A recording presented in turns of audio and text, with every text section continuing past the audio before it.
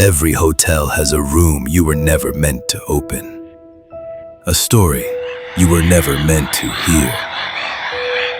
But these hotels are different. Here the walls breathe. The mirrors watch. The water carries whispers of the dead. From a piano that still plays itself, to a ship where hundreds of passengers still scream. These are the 5 most haunted hotels on Earth, where check-in is easy, but check-out, impossible. In the heart of the Colorado Rockies, a grand hotel stands against the mountains. A beautiful white monument that looks like a postcard. But postcards don't have shadows that move on their own. The Stanley Hotel wasn't built for dreams. It was built to harvest them and twist them into nightmares. Its infamy began with a single night. Stephen King, then a struggling writer, was the only guest in the entire cavernous building. That night, he dreamed of his 3-year-old son screaming, being chased down these very halls, not by a man, but by a thing. A fire hose that pulsed and slithered along the wallpaper like a vein. King woke, heart hammering, the echo of that scream still ringing in the silent room. He began writing The Shining the very next day. He didn't invent the horror, he just transcribed what was already here. But the Stanley doesn't need fiction to be terrifying. Its horrors are etched into reality. Take room 217. In 1911, a gas explosion shattered the room, breaking the back of housekeeper Elizabeth Wilson. She survived, but something else did too. Guests who stay there report waking up at 3 a.m. to the sound of ragged breathing next to the bed. Then there's the 4th floor. This is where they keep the children. You hear them the moment the elevator doors open. A chorus of high, gleeful laughter. But it's wrong. It's too sharp, too synchronized, looping over and over, like a broken record of joy. In 2016, a family woke to the sound of giggling right outside their door. When they gathered the courage to look, the hall was empty. When they returned to bed, they found a single doll propped on their pillows, staring at them. And on the floor around them, the daughter's other dolls were arranged in a perfect circle, all of them facing the bed. And always, there is the lady of the house, Flora Stanley.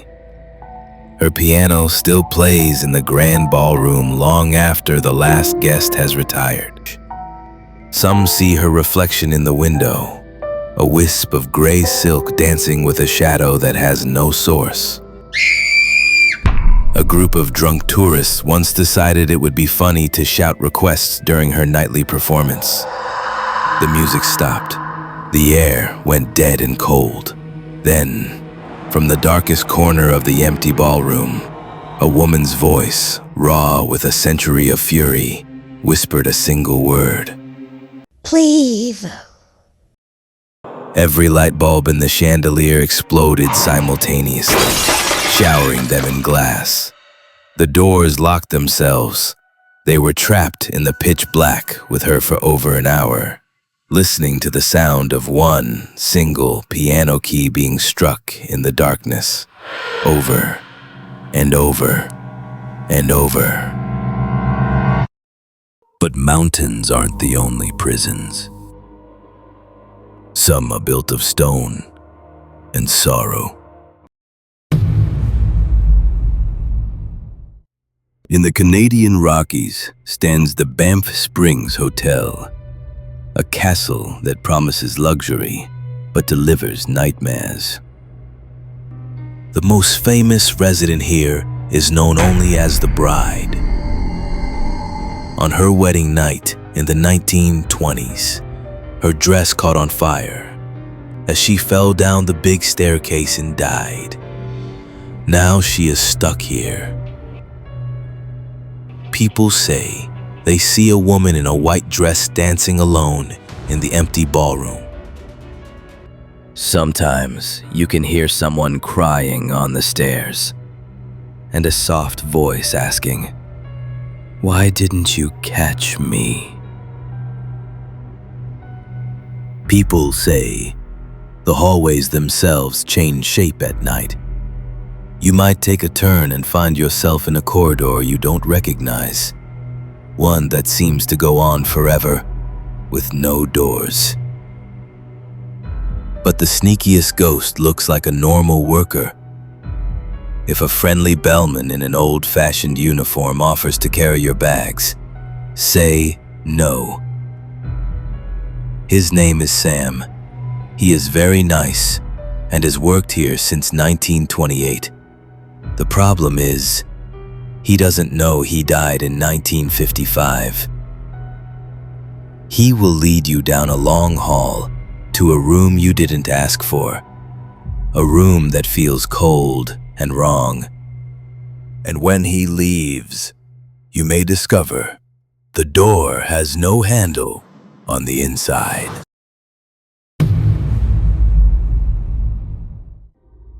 She was once the queen of the ocean. Now she's a prison for the dead. They call her a hotel, but she is a rotting steel tomb, where the drowned refuse to stay dead, trapping the living inside with them. Officially, 49 souls were lost within her. But if you walk her shaking hallways alone, you feel the truth. The number is wrong.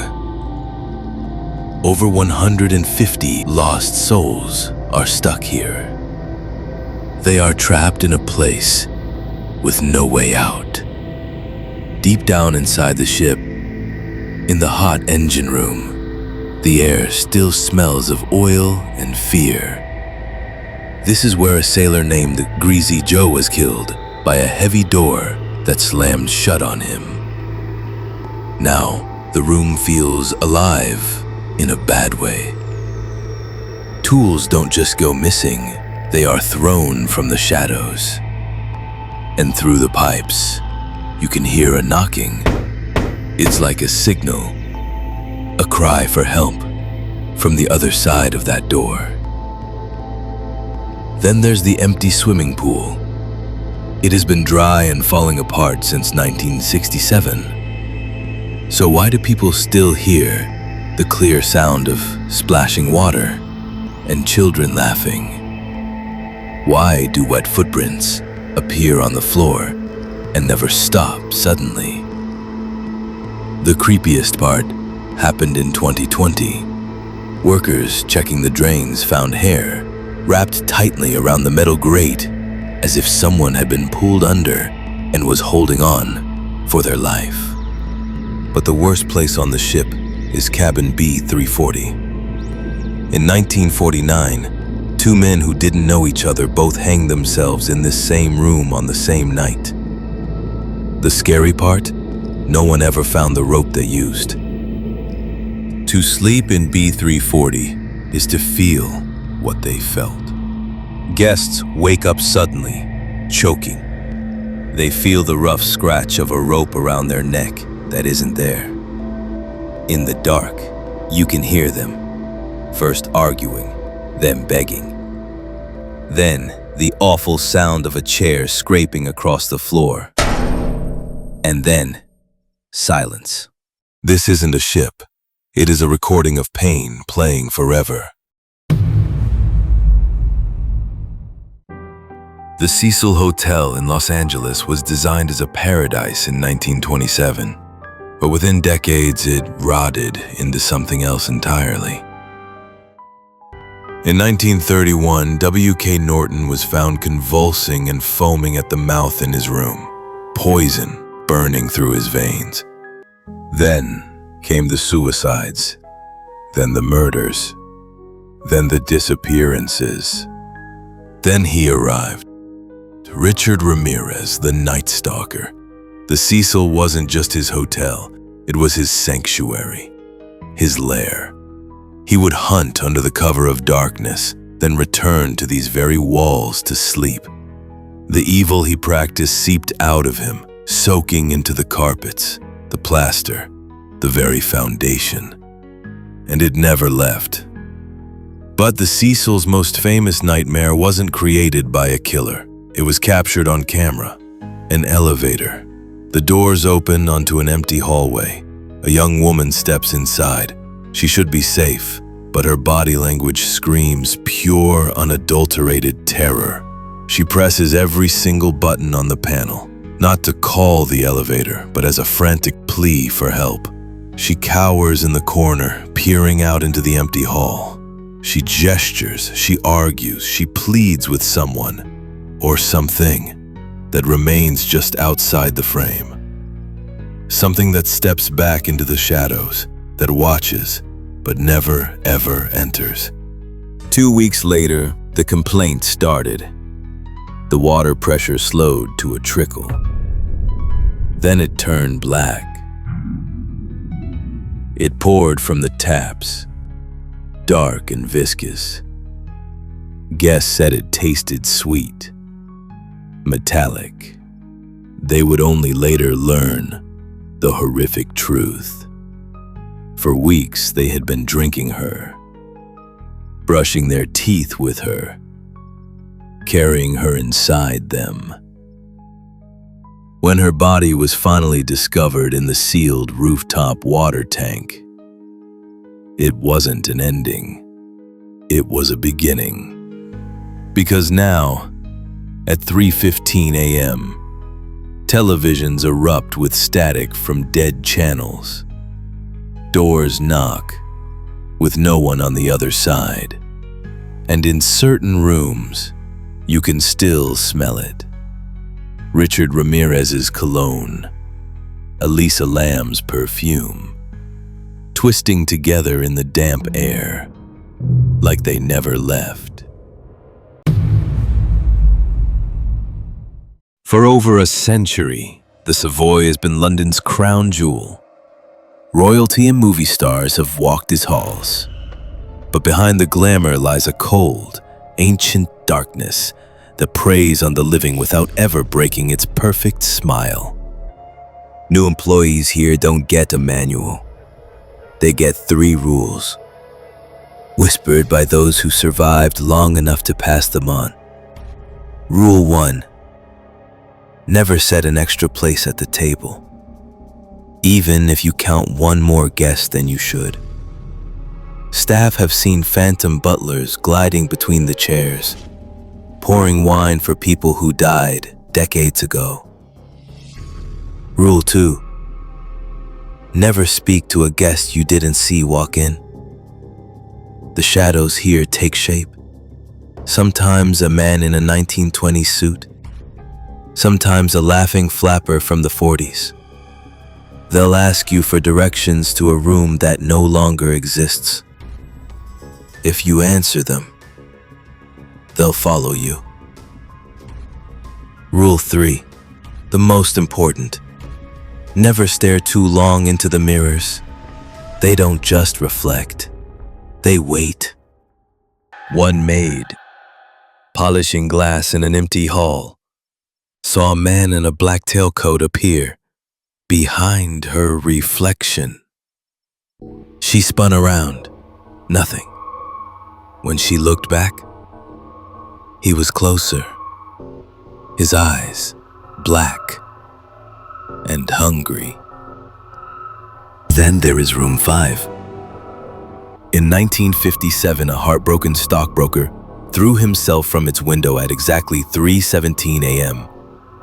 To this day, 17 separate guests have reported the same terrifying experience, jolting awake at that exact witching hour, 3:17 a.m., consumed by a crushing, overwhelming grief that is not their own. They are overcome by an irresistible urge to walk to the window and open it, to feel the cool night air, to make the fall themselves. Some have been physically restrained by traveling companions. Others were not so lucky. But the strangest thing happens every year. On the hotel's birthday, November 12th, a jazz band no one hired shows up to play.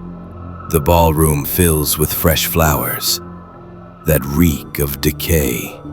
The air turns cold, thick with old perfume and cigar smoke. That night, the music begins. Glasses clink, laughter echoes. It's the party of the year. But the guests never change. They haven't for over 70 years. Because everyone dancing in that room has been dead for decades. So now tell me, after everything you've just seen, could you really sleep in one of these rooms? Not just for a night, but for eternity. Because here, check-in is easy, but check-out doesn't exist. Comment below with the place you'd dare to stay. Or confess your own haunted night. And subscribe, because this is only the beginning.